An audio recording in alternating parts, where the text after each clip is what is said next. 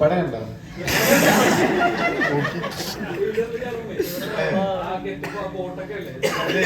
First എന്നെ അമ്മ വിളിച്ചപ്പോ അന്നാ ഒരു പടമുണ്ട് ഒക്കെ ഹീറോയായിട്ട് ഞാൻ അതിൽ അഭിനയിക്കണമെന്ന് പറഞ്ഞു. ഓക്കെ, പിന്നെ വിളിച്ചില്ല. ഒരു 3 മാസം കഴിഞ്ഞ് ഞാൻ അങ്ങോട്ട് വിളിച്ചു. ഒരു പടം ഉണ്ടെന്ന് പറഞ്ഞായിരുന്നില്ലേ, എനിക്ക് ഓർമ്മ ഉണ്ടെന്ന് പറഞ്ഞു. അതെ, അപ്പൊ ഒരു ദിവസം വിളിക്കുക, മുമ്പേ ദിവസം നാളെ പടത്തിന്റെ പൂജ വന്നേക്കണം. ഈ കഥയെ പറഞ്ഞിട്ടില്ല, ഡേറ്റും ചോദിച്ചില്ല, പൂജയ്ക്ക് വിളിച്ച്. കാരണം പൂജയ്ക്ക് പോയപ്പോ അറിയാണ്ട് ഞാൻ കോട്ടിട്ടിട്ട് പോയി. അത് ഭയങ്കര ന്യൂസായിരുന്നു. അന്ന് എനിക്കറിയില്ല, ക്ലൈമാറ്റിക് കണ്ടീഷൻ വീട്ടിൽ നിന്ന് ഇറങ്ങുമ്പോൾ കുറച്ച് തണുപ്പായിരുന്നു. അപ്പൊ കോട്ടിട്ട് അവിടെ ചെന്നപ്പോ ഭയങ്കര ചൂടായിരുന്നു. എല്ലാവരും എന്നെ കണ്ട് ചിരിച്ചോണ്ടിരിക്കുക. പക്ഷേ നമ്മുടെ ഡയറക്ടർ ഒമർ മാത്രം വേറെ വിഷയമല്ല. ഇതാണ് കഥാപാത്രം. അത് കഴിഞ്ഞിട്ട് ഉച്ചക്ക് നല്ല ചൂടുള്ള സമയത്ത് പൂജയ്ക്ക് പുള്ളി കോട്ട് സൂട്ട് കെട്ടി എനിക്ക് കോട്ട ഊറണം. അപ്പൊ ഞാൻ ഊറാനെടുത്തൊക്കെ ഒമറെ നോക്കുമ്പോ ഇങ്ങനെ കാണിച്ചോണ്ടിരിക്കുക.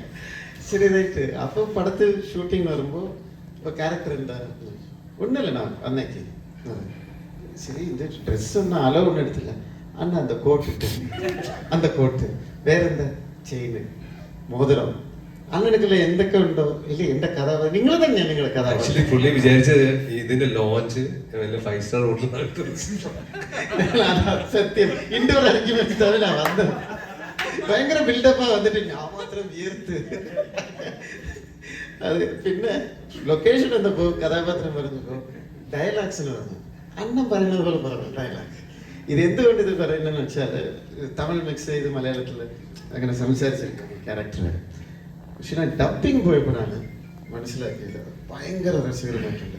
ചെറിയ പോർഷൻ ആയാലും ഗസ്റ്റ് അപ്പിയറൻസ് ആയാലും ഒരു പടത്തിലെ ഫുട്ടേജ് അല്ല, നമ്മൾ എവിടെയാണ് നിൽക്കുന്നത്, ആ പടത്തിലെ ഏത് സ്ഥലത്താണ് നമ്മൾ നിൽക്കുന്നത്, അത് വെച്ച് നോക്കുമ്പോൾ എൻ്റെതായിട്ട് ഒരു കഥാപാത്രത്തിൽ കൊണ്ടുവന്ന് അതൊക്കെ ഒരു എന്താ പറയുക ഒരു ഫ്രീഡം കൊടുത്ത് നിങ്ങൾ പറയുന്ന രീതിയിൽ പറഞ്ഞു എന്ന് പറഞ്ഞ് അങ്ങനെ അഭിനയിച്ച ഒരു ക്യാരക്ടറാണ്. നന്നായി വന്നിട്ടുണ്ട്.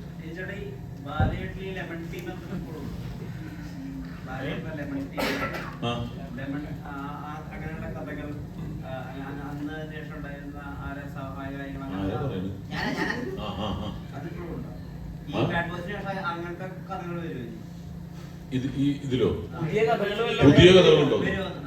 ഇല്ലില്ല.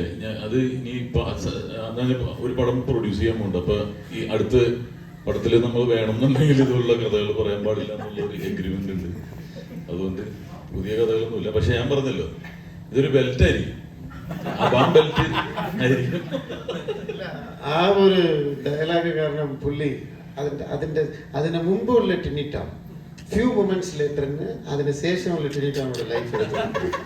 പുള്ളി പുതിയ വീട് വെച്ച് വേറെ സ്റ്റേറ്റിലെ ചിന്ന വീടൊക്കെ വെച്ചിരിക്കുന്നു. അതൊക്കെ ഒരു കമ്മിറ്റി നടന്നുകൊണ്ടിരിക്കുന്നു. മസ്താങ് കാർ മേടിച്ച് കുറേ ഇമ്പ്രൂവ്മെന്റ് ആയി. എനിക്ക് ഒന്നും കിട്ടിയിട്ടില്ല. പുള്ളി പുതിയ തോക്ക് മേടിച്ചത് ഞാൻ അത് തന്നെയാണ് പുതിയ തോക്ക് മേടിച്ചിട്ടുണ്ട്.